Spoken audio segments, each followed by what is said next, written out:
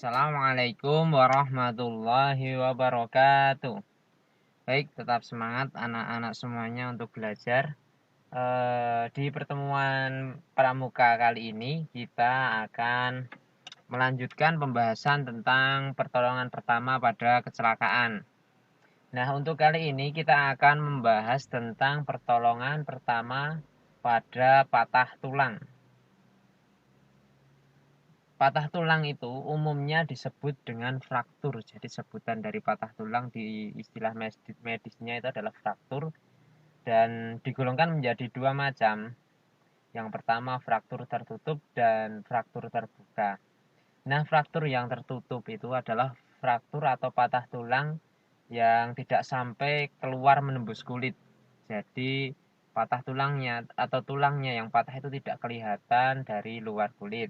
Dan fraktur terbuka adalah patah tulang yang sebagian atau keseluruhan tulangnya yang patah itu keluar dan menembus kulit sehingga terjadi luka dan pendarahan. Nah, seperti itu. Itu disebut dengan fraktur terbuka. Penyebabnya itu bisa dari insiden traumatis atau mungkin benturan, mungkin beban yang terlalu berlebih pada tulang dan lain-lain. Dan yang kedua adalah kondisi tulang, bisa osteoporosis atau pengeroposan tulang dan beberapa jenis kanker yang bisa membuat tulang itu mudah patah. Nah, gejala atau ciri-ciri terjadi patah tulang itu korban atau saksi di sekitarnya itu biasanya mendengar bunyi ada patah tulang. Terus yang selanjutnya adalah bagian yang luka itu terasa nyeri saat disentuh ataupun pada saat digerakkan.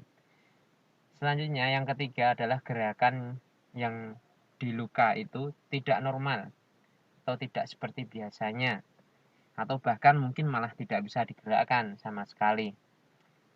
Dan kalau dilihat selanjutnya ciri-cirinya itu terjadi pembengkakan pada bagian yang luka. Nah, ciri-ciri ini itu berlaku untuk patah tulang tertutup atau fraktur tertutup, karena fraktur terbuka sudah jelas ya. Kita tinggal melihat saja sudah jelas kalau itu patah tulang. Nah, selanjutnya ada perubahan bentuk. Seumpama ada kaki kiri yang patah, pasti kalau dibandingkan dengan kaki yang satunya atau kaki kanan itu bentuknya jadi berbeda. Dan yang terakhir, bagian tubuh yang luka terlihat membiru atau memar. Sampai di sini sudah paham ya. Jadi selanjutnya yang terakhir adalah bagaimana sih pertolongan pertamanya pada patah tulang. Yang pertama, jika ada teman kalian ataupun kalian dimanapun ada orang yang mengalami patah tulang dengan ciri-ciri seperti tadi, tetap tenang. Yang pertama tetap tenang. Oke.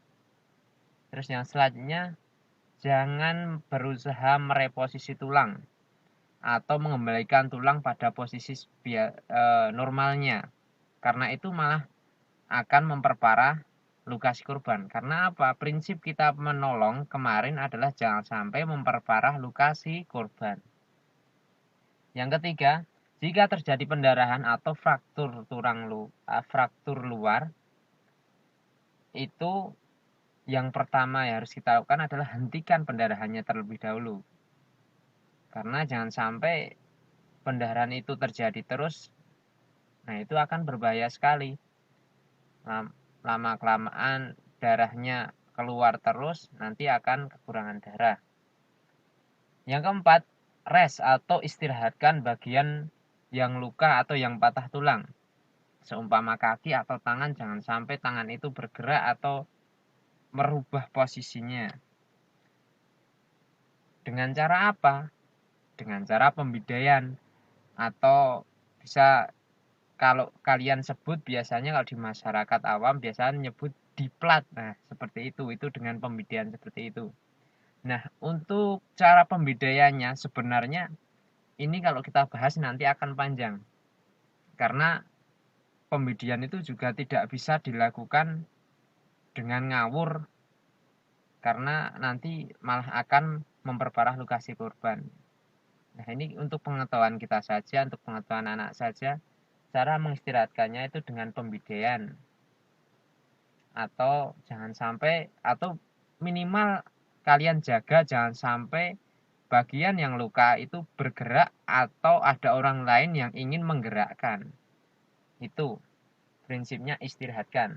Yang selanjutnya yang terakhir, segera hubungi tim medis untuk penanganan medis lebih lanjut.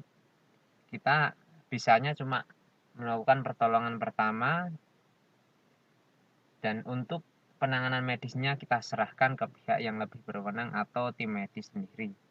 Nah, mungkin itu saja untuk pembahasan pertolongan pertama pada tulang pada video kali ini. Semoga bermanfaat buat kita semua. Tetap semangat untuk beribadahnya, tetap semangat belajar, tetap patuhi protokol kesehatan. Assalamualaikum warahmatullahi wabarakatuh.